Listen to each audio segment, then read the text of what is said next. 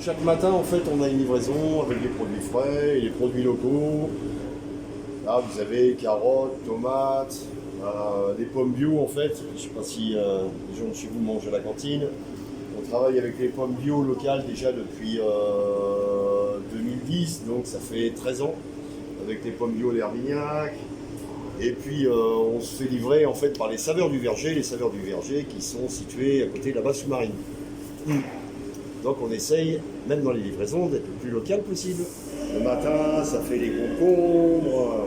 Donc là, c'est toute la partie en fait où on fait le plus gros des taillages et des épluchages. Donc ça s'appelle une légumerie. Je vais vous faire un joli sourire. Donc là, sur toute cette partie-ci, vous voyez bien, là, on est vraiment sur des légumes frais le matin. Là, on a du chou rouge, des concombres. Quand les légumes ont été épluchés, c'est l'endroit où on les assaisonne, où on les met en bac.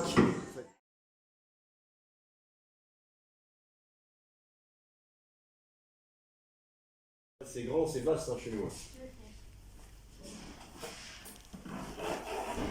Là, ça consomme. Ouais. Là, c'est ce qui va être consommé jauni en fait. On l'a mis à décongeler. Là, c'est gigot d'agneau. Et là, ça nous sert d'entreposage. De préparation froide. Là, on a une partie congélateur. Voilà. On a un congélateur, bien sûr, pour tout ce qu'on soit surgelé.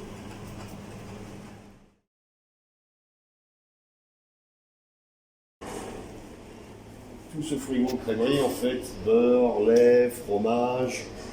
Ça sert à ranger toute la vaisselle, mais la vaisselle de grosse plonge. C'est-à-dire, donc là, vous avez toute la partie des marmites, des sauteuses, des fours. Vous voyez que tout est fait par secteur. Une machine à laver par self, en fait. Pratiquement 1400 couverts.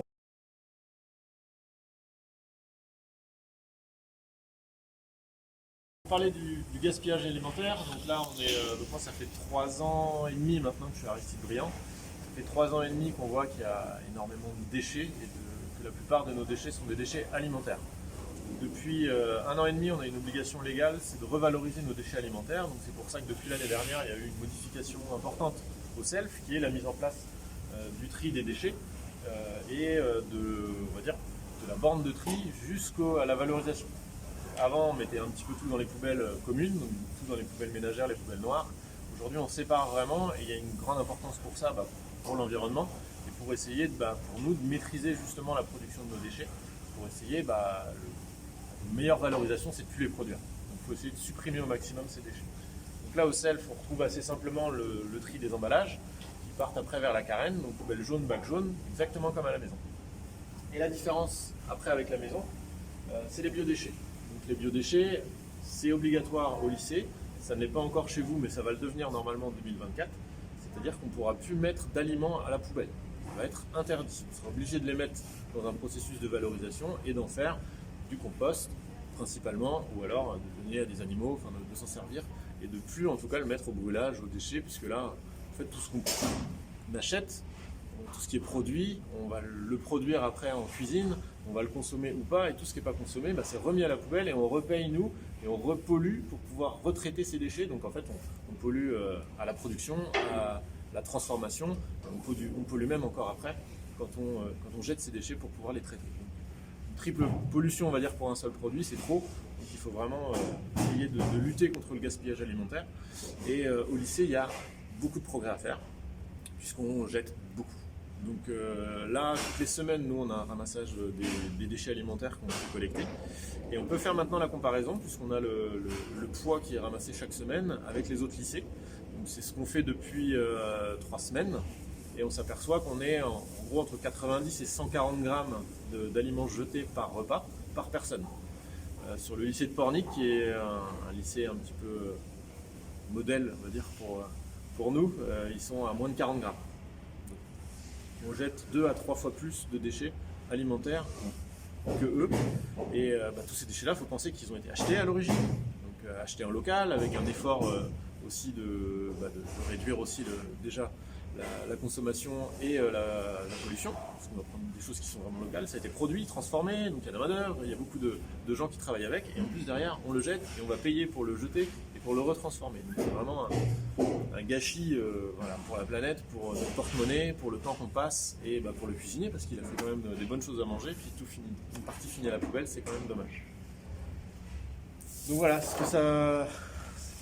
Donc nous on travaille avec Compost In Situ, une entreprise, et les deux efforts que nous on a encore à faire, donc c'est jeter moins et jeter mieux, dans le sens où le tri, voilà, si on jette des emballages et que ça finit au compost, que ce soit des couverts ou les emballages traditionnels qu'on peut avoir plastiques, ça finit dans le compost et ça va finir dans les champs aussi, parce qu'après ça va être broyé, ça va partir en petits morceaux, mais on aura du plastique qui va nourrir aussi nos salades. Pas trop intéressant, moi je préfère manger une salade plutôt saine qu'une salade qui aura peut-être un goût de yaourt, si on achetait trop de yaourt pour la produire. On peut aller voir les déchets. Ça c'est le petit chemin de la poubelle. Donc, les poubelles sont récupérées nous ici, hein. Vous avez les bacs, vous voyez chaque jour. Il y a un sac poubelle, mais le sac n'est pas jeté, c'est juste pour faciliter la manœuvre des déchets. Les poubelles après partent dehors. On a de la chance, il fait beau.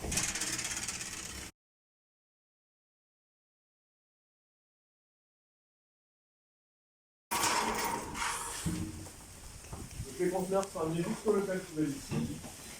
On va trouver 3 pallbox, ça s'appelle, donc c'est des palettes en plastique. Vous pouvez les voir souvent derrière les magasins pour mettre plein de choses.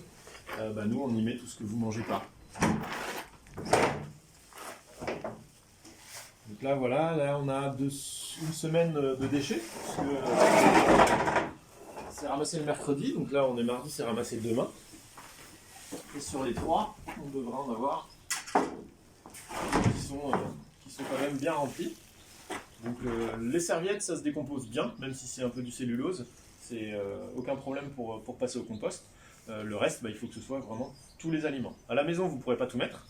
Tout ce qui est nourriture carne, donc tout ce qui est viande, poisson, tout ça, vous ne pourrez pas le mettre vous chez vous, mais nous on peut le mettre parce que c'est un processus vraiment industriel avec une grande montée en température.